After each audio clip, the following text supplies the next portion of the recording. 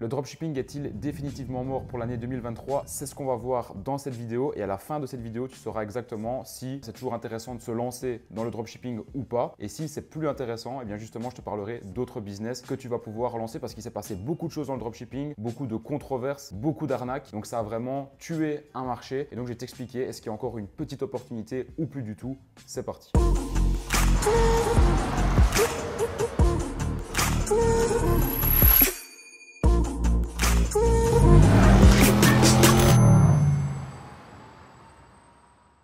Alors concernant le dropshipping en 2023, il faut savoir donc que le dropshipping c'est un business model qui évolue avec son temps et les personnes justement ont fait du dropshipping déjà depuis plusieurs années. Le dropshipping ça existait déjà il y a 20 ans, il y a 15 ans, il y a 10 ans et aujourd'hui on utilise le dropshipping et tout le monde le connaît comme il existe actuellement, c'est-à-dire donc de créer un site avec Shopify, de faire de la publicité qui va renvoyer justement du trafic vers ce site via les influenceurs, via la publicité Facebook, via la publicité TikTok, etc. etc. Et ensuite tu as le client qui vient acheter sur ton site et toi tu prends l'argent du client et tu vas payer le fournisseur qui lui-même va envoyer le produit directement au client. Donc ça c'est aujourd'hui le business du dropshipping tel qu'on le connaît. Et ce qui s'est passé c'est que moi je me suis lancé dans le dropshipping en 2017, vers fin 2017-2018. Il y avait peu de concurrence à ce moment-là sur le business model du dropshipping tel qu'on le connaît. Donc voilà, on a pu faire pas mal d'argent à ce moment-là. Et ensuite il y a eu de plus en plus de gens qui ont commencé à rentrer dans le dropshipping parce que pas mal de gens ont commencé à en parler sur les réseaux sociaux, notamment moi, j'ai fait pas mal de vidéos. Il y a plus de 300 vidéos sur ma chaîne YouTube sur le dropshipping. D'autres personnes aussi qui ont fait pas mal de vidéos sur le drop. Et donc tout ça a fait qu'il y a eu beaucoup de gens qui ont été influencés entre guillemets mais qui ont voulu se lancer dans le drop et donc ça a créé finalement une saturation de marché à plusieurs niveaux. Il y a eu pas mal de scandales qui ont donc explosé et 2022 a vraiment été en fait une année de dingue pour le dropshipping parce que ça a tué le business d'une certaine manière.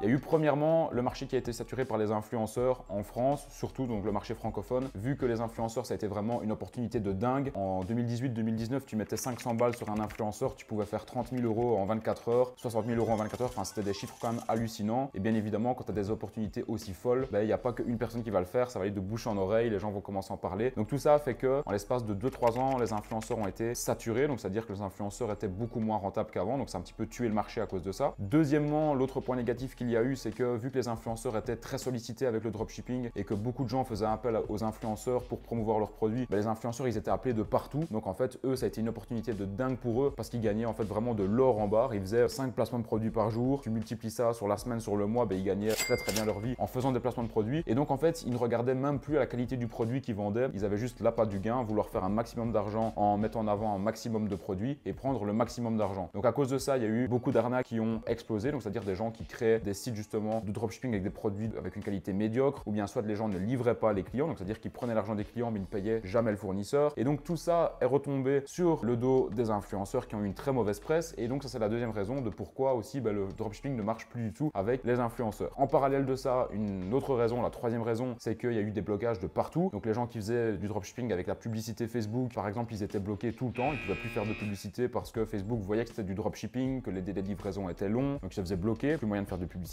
Quatrième raison, les comptes Stripe également bloqués, donc c'est-à-dire que les gens ne pouvaient même plus encaisser l'argent avec des sites de dropshipping parce que c'est un business qui vraiment a une image de business à très haut risque parce qu'il peut avoir beaucoup de litiges clients et du coup des processeurs de paiement comme PayPal et comme Stripe ne préfèrent même pas accepter des dropshippers pour ne pas avoir de problème. Donc grosso modo, plus moyen d'encaisser l'argent, plus moyen de faire de publicité et donc en fait était bloqué, tu savais tout simplement plus faire de dropshipping. À cause de ça, il y a plein de gens qui se sont dit voilà, le dropshipping maintenant il est définitivement mort, toutes les portes sont bloquées, on ne sait plus en faire, etc. Et la dernière chose aussi qu'il faut savoir, qui a encore fait plus peur aux gens, c'est au niveau législatif, au niveau des nouvelles lois qui sont arrivées. Par exemple, au niveau de la TVA, vu que le dropshipping, ça a été un carnage dans tous les sens, vraiment à partir de 2017-2018 et que tout a explosé, le gouvernement, les États ont dû mettre justement des nouvelles lois sur la TVA. Et donc, ça fait peur à beaucoup de gens. Les gens étaient encore plus liés par des lois. Ils devaient plus être conformes justement à certaines lois de certains États, de certains gouvernements. Et donc, du coup, à cause de ça, il y a pas mal de gens qui ont quitté également ce business-là. Donc, en voyant tout ça, on pourrait croire en fait que le business du dropshipping est mort, qu'il ne marche plus, que maintenant, voilà, ça va être très difficile de recommencer, que dès qu'on va vouloir lancer des publicités, on va se faire bloquer, etc. Mais par contre, il faut bien comprendre une chose, et c'est ici où ça devient intéressant dans la vidéo, parce que c'est ici justement où,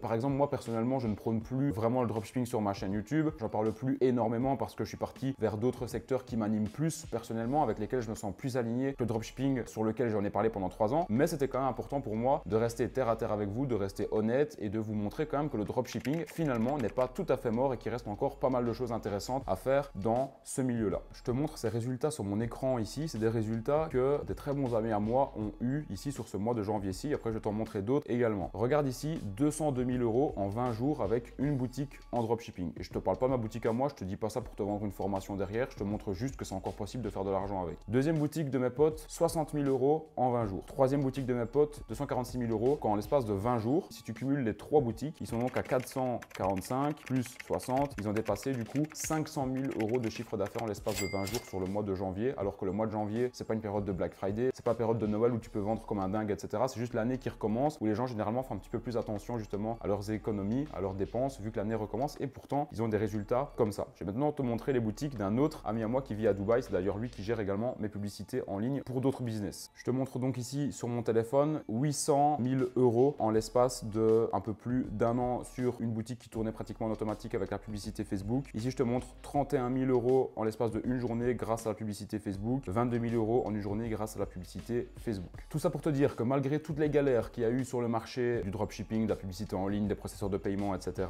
il y a quand même encore des bonnes nouvelles et je vais donc te les citer maintenant pour ne pas que tu perdes foi par rapport au dropshipping. La première excellente nouvelle que toutes ces mauvaises nouvelles ont amené dans le dropshipping, c'est que ça a permis en fait d'assainir un marché à 100% sur le drop. C'est tellement parti dans tous les sens, il y a tellement eu des arnaques dans tous les sens que c'était obligatoire que le marché soit régulé. C'est exactement la même chose dans le monde des cryptos actuellement. Il y a eu pas mal d'arnaques avec FTX, Celsius et j'en passe énormément justement des trucs qui sont passés comme ça. Ça va permettre justement d'assainir de nouveau un marché et de repartir sur des bonnes bases. C'est exactement ce qui se passe ici dans le dropshipping. Aujourd'hui, ce ne sont plus que les acteurs sérieux qui peuvent continuer à faire du business justement de qualité avec la Chine, avec des clients en France, avec de la publicité Facebook, des processeurs de paiement, etc. Donc tout simplement à faire du dropshipping. Deuxième bonne nouvelle, c'est que tous les scammers, tous les gamins entre guillemets qui voulaient faire du dropshipping et qui l'ont fait mais de manière très sale, ont justement quitté la partie parce qu'ils ne peuvent plus le faire, ils sont bloqués de tous les côtés et de nouveau ça laisse vraiment la place aux acteurs les plus sérieux. Tout ça fait que aujourd'hui, comme je te le disais, on n'a vraiment plus que des acteurs vraiment qui sont solides, qui sont en place. Par exemple, je te montrais mes deux potes avec les premiers screens,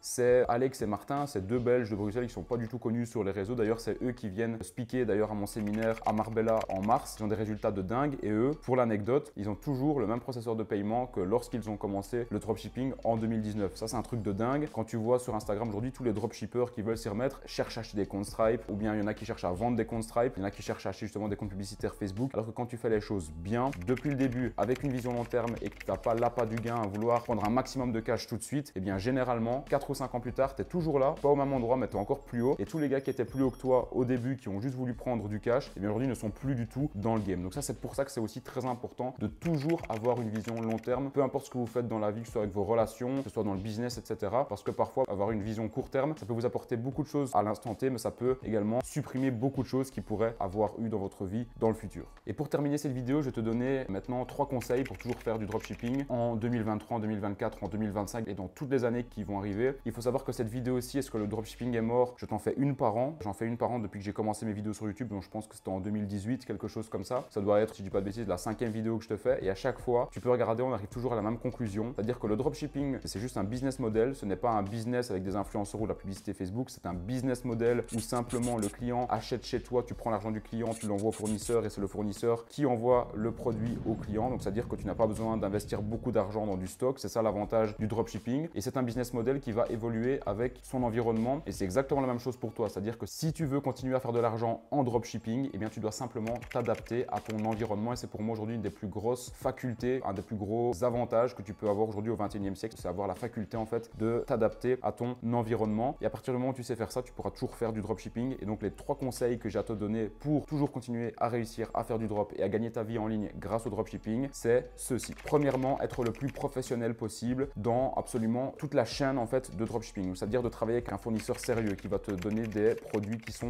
de qualité, qui va également livrer rapidement tes clients. Travailler de manière sérieuse au niveau aussi des lois, de la comptabilité. Ne pas vouloir faire ça comme un pirate, vouloir encaisser sur le côté sans prendre en compte la TVA, etc. Parce que le jour où ça se retourne sur toi, tu peux tout perdre absolument du jour au lendemain. Également être très sérieux par rapport à ta publicité, pas commencer à vendre du rêve avec des fausses promesses, etc. parce que ça peut t'apporter 2 mauvaises choses. La première, c'est que Facebook va voir que tu vends du rêve avec des fausses promesses, donc ils vont te bloquer tes publicités. Et deuxième chose, les clients ne vont pas être satisfaits parce que finalement le produit ne sera pas à la hauteur de leurs attentes et donc tu auras un mauvais service client à gérer derrière. Et finalement, eh bien, donc tous ces points-là doivent être vraiment alignés, doivent être à du 9 sur 10, voire du 10 sur 10. Et à partir du moment où tu es professionnel et que tu fais pas les choses de manière brouillon comme la plupart des gens, eh bien tu pourras vraiment continuer tout le temps à faire du dropshipping. Deuxième conseil, va là où les autres ne vont pas. Pour le moment, il n'y a presque plus personne qui veut se lancer sur la publicité Facebook parce que c'est très galère de se lancer, parce qu'il faut respecter certains codes, il faut avoir par exemple des comptes agences, publicitaires, etc. Également, c'est aussi difficile par exemple d'avoir accès à des comptes Stripe et tout ça. Mais justement, va à ces endroits-là où c'est difficile parce qu'au début, tu auras beaucoup de barrières à franchir. Une fois que tu auras franchi toutes les barrières, que tu auras la possibilité de relancer des publicités Facebook, que tu auras la possibilité de encaisser de l'argent sur Stripe et tout ça, eh bien ça voudra dire que tu auras passé toutes les barrières que 99% des gens n'auront pas réussi à passer. Donc tu feras partie des 1% qui aura en fait la chance et l'aubaine de refaire du dropshipping comme on le faisait avant avec la publicité Facebook. Et donc tu te démarqueras de la masse. Ne fais pas les choses de la manière la plus facile que tu pourrais les faire là où tout le monde va, parce que c'est comme ça que tu vas te noyer dans une masse et c'est là où tu auras également plus de concurrence. Et troisième conseil que je vais te donner ici, c'est vraiment sois différent des autres. Donc quand je parle de la différenciation, ça part déjà du fait de comment faire ton marketing, sur quelle plateforme aller, par exemple publicité Facebook, TikTok Ads, Pinterest, etc., etc. Mais également au niveau du marketing directement sur ton site et en fait de toute l'image qui va être autour de ton site. Je vais te donner un conseil tout bête que nous on avait déjà fait sur un de nos sites et qu'on voit de plus en plus, mais des techniques comme ça tu peux en faire plein. C'est par exemple vraiment avoir un effet de rareté autour de ton site de dropshipping et avoir un effet de rareté autour de ton marketing. Alors ça, il y en a plein qui le font, je pense que tu le sais, notamment Rolex, etc. Bon bref, en dropshipping tu vas pas vendre des Rolex, mais ce que je veux dire par là, une technique toute simple que tu peux mettre en place, c'est faire beaucoup de marketing sur ton site, donner envie aux gens d'acheter ton produit, mais en gros ne jamais laisser la possibilité aux gens d'acheter ton produit sauf une fois toutes les semaines ou une fois tous les mois. Et crois-moi, c'est vraiment une stratégie qui peut bien marcher. Donc c'est à dire que les gens vont arriver sur ton site, ils vont vouloir acheter ton produit, par exemple une montre, peu importe, mais ta montre ne sera pas possible parce que en fait tu n'ouvres les portes de l'achat de ta montre que par exemple une fois tous les 15 jours, et donc les gens vont devoir laisser leur adresse mail, leur numéro de téléphone et leur nom sur ton site pour être averti quand la montre va revenir en stock. Là, tu peux déjà avoir de très bons taux de conversion et capter beaucoup de leads. Et ensuite tu travailles les gens justement avec des séquences mail derrière pendant 15 jours, et tous les 15 jours tu fais un lancement autour de ta montre. Tu peux même faire des lancements avec des conférences en ligne, avec des webinaires pour des produits physiques, et ça peut très bien marcher. Je te laisse là-dessus, je pourrais te faire vraiment une formation complète ici gratuite sur ma chaîne YouTube pour t'expliquer comment ces stratégies fonctionnent. D'ailleurs si jamais ça t'intéresse, n'hésite pas à me le dire en commentaire, mais ça peut vraiment être quelque chose qui marche très bien parce que nous on l'a d'ailleurs appliqué à l'un de nos sites il y a 1 ou 2 ans en arrière, et c'était quelque chose qui cartonnait vraiment pas mal, de faire cet effet de rareté là et de vendre les produits qu'une fois tous les 15 jours ou même encore une fois tous les mois. Donc voilà pour cette vidéo, j'espère que ça t'a plu. Donc pour conclure, le dropshipping n'est pas mort, toujours moyen de le faire, mais simplement il faut savoir s'adapter à son environnement, comprendre pourquoi est-ce qu'il y a eu des blocages et savoir prendre ces blocages là pour justement les transformer en avantage de ton côté et pour pouvoir